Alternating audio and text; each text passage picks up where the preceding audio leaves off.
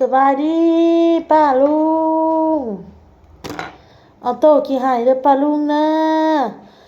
มาเล่นเนอะนกเด้อพี่น้องเด้อได้ยินข่าวว่าเพิ่นนั้นล่มพี่น้องเอ้ยล่มช่วงเทศกาลนั่นแหละ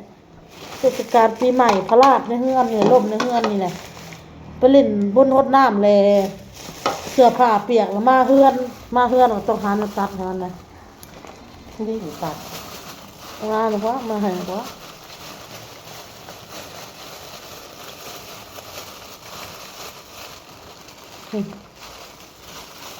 อืม โอ้ยยันกับบไดเอาให้ลูกเอาให้มันหลิงก่อนเป็นได้ผ่าเอาให้มันกินแท้กินหมดเลยกินหมดโซ่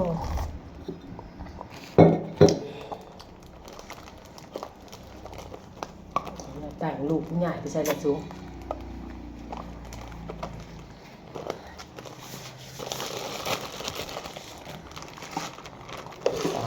มือนี่ใครแน่และมือนี่ย่างโบปันใดมืออดมามือก่อนนะพี่น้องใส่3 ขา 4 ขา 4 ขาบนค่ะ4 ขาบอกเกิดโอ้ยไตต้นเดี๋ยวมาให้เป็นอันนะซื้อตำข้าวปุ้นพี่น้องมาซื้อตำข้าวปุ้นน้ำกันเด้อเพิ่นกำลังจัดให้อยู่ออโต้กาเล่นแก้วมึงพี่น้องเลือดหวานอยู่ในเลือดป่านเล่นแก้วหลุดมือตกแตกเห็นอยู่บ่ล่ะของหายเลยหายเห็นอะไรเนาะอุบัติเหตุมันมีใครอยากให้มันเกิดอยากนอนแล้วมีเบิกตากันลอยๆเลยจะนอนนอนเนาะนอนช่างเขียบหมูนี่คือบอกนะเถอะดำๆเถอะเขียบหมูมันข่อยหมักอันนี้บอก ถุง2,000เห็ดเฮือนป้าเพื่อนหมดเลยนี่มึงพี่น้อง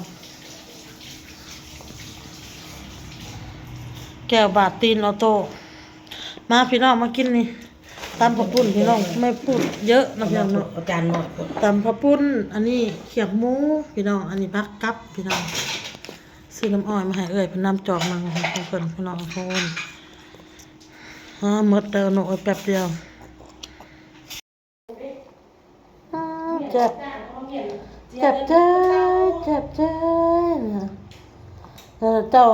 แม่นะบอกให้เล่นยาไปไว้แล้วก็ยังเอาออกมาเล่นอยู่พี่น้องจังดื้อเอาโต้นี่ดื้อเลยพี่น้องให้คอยก็บ่ได้พอก็ให้อ้นบ่ได้พี่น้องพอเฮาต้องปล่อยลูกเฮานะมันก็ต้องมีเจ็บมีเกิดอุบัติเหตุบ้างแหละไม่มีใครอยากให้มันเกิดไม่มีใครอยากให้ลูกเจ็บจ้าโอ้ยช่างนี่มันกินไหนนี่มันกินหนังหวานเนี่ยสบายดีพี่น้องสบายดีพี่น้องมากินตำกับคุณน้ำกันเอาโต๊ะนั่งให้พี่น้องนะ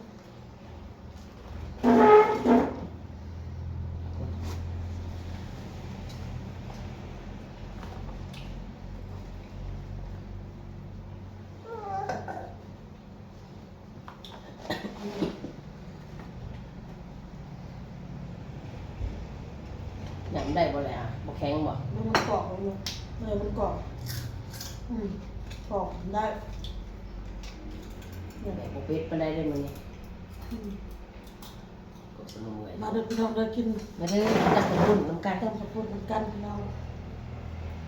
พอเป็ดมากกับสาวเลยเนาะ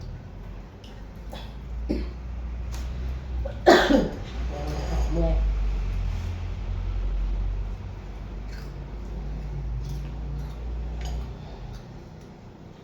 มาเล่นน้ำเป็นส่วนบริจิตามไปจิตามนั่นเองยังไม่ได้มือเด้อพี่น้องเด้อ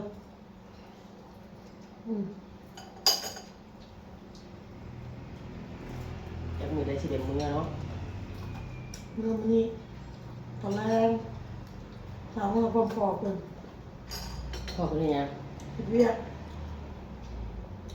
พอไปเลิกเวียกเลยครับพากันจิวจะออกเมืองนี่ลูกเอาตัวใหม่ลูกได้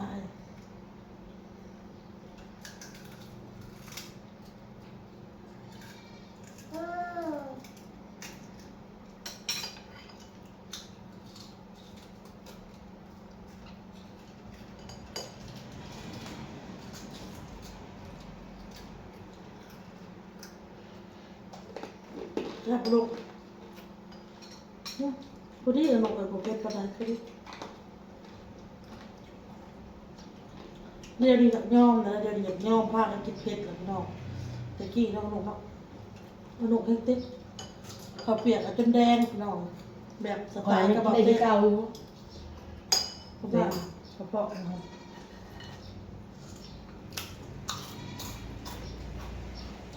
ุณได้กระเพาะที่จะอ้อน เรียกหนักเนาะ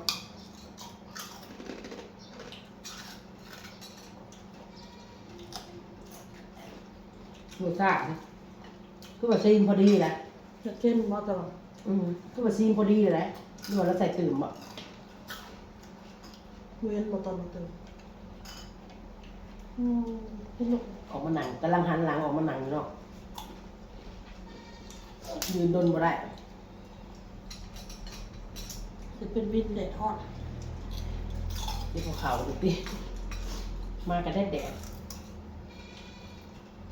มันตาจะมีขึ้น ที่ขนมน้องเรื่องมดทงหนึ่ง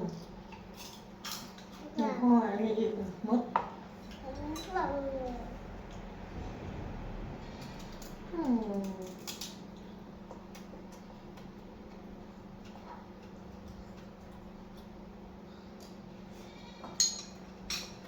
กินน้ำสนุก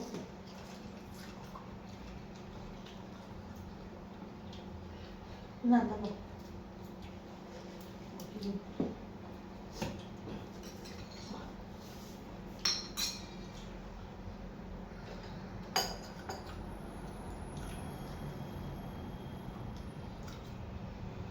เมื่อวานนี่ผัด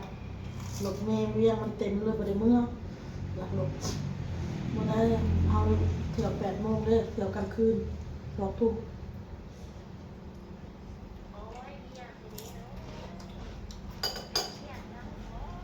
มือนี่แหละ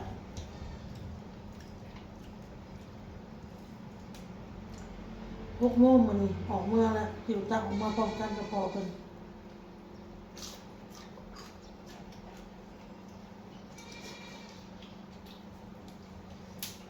กูล้มกูเจ็บโตหากระยานได้ลูกป้าหนึ่งนี่จะมาถามว่าอันนี้คือเงียบไปนอนเครียดแต่บ่กูเครียดดอกกูกระเจ็บโตเพราะกู มันอยากกูแน่จ้ะ อะไรเน็ตเป็นหยังวะก็หมุนบ่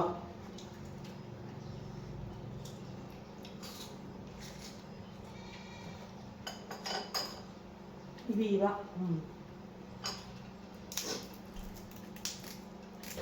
ไวไฟเป็นหยังวะเพื่อเบิ่งหนังดีๆอยู่ อยู่ใกล้แม่ลูก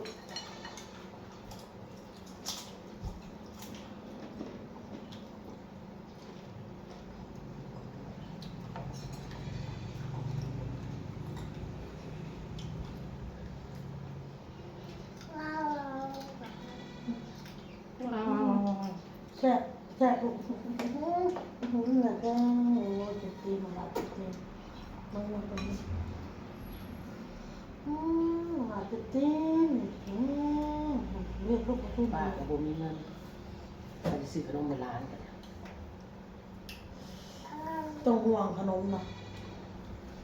ป้าซื้อกินจนอะไรอ้วกออกเห็ดแล้วลูกเห็ด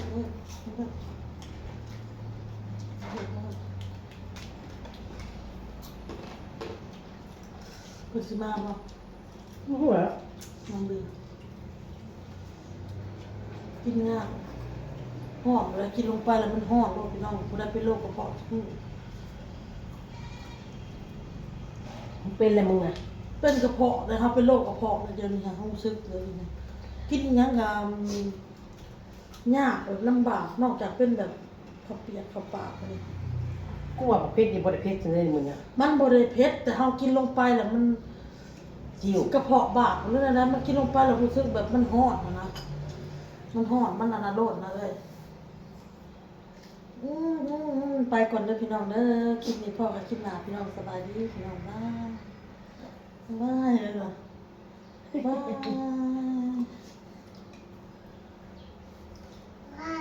บาย บาย ทุก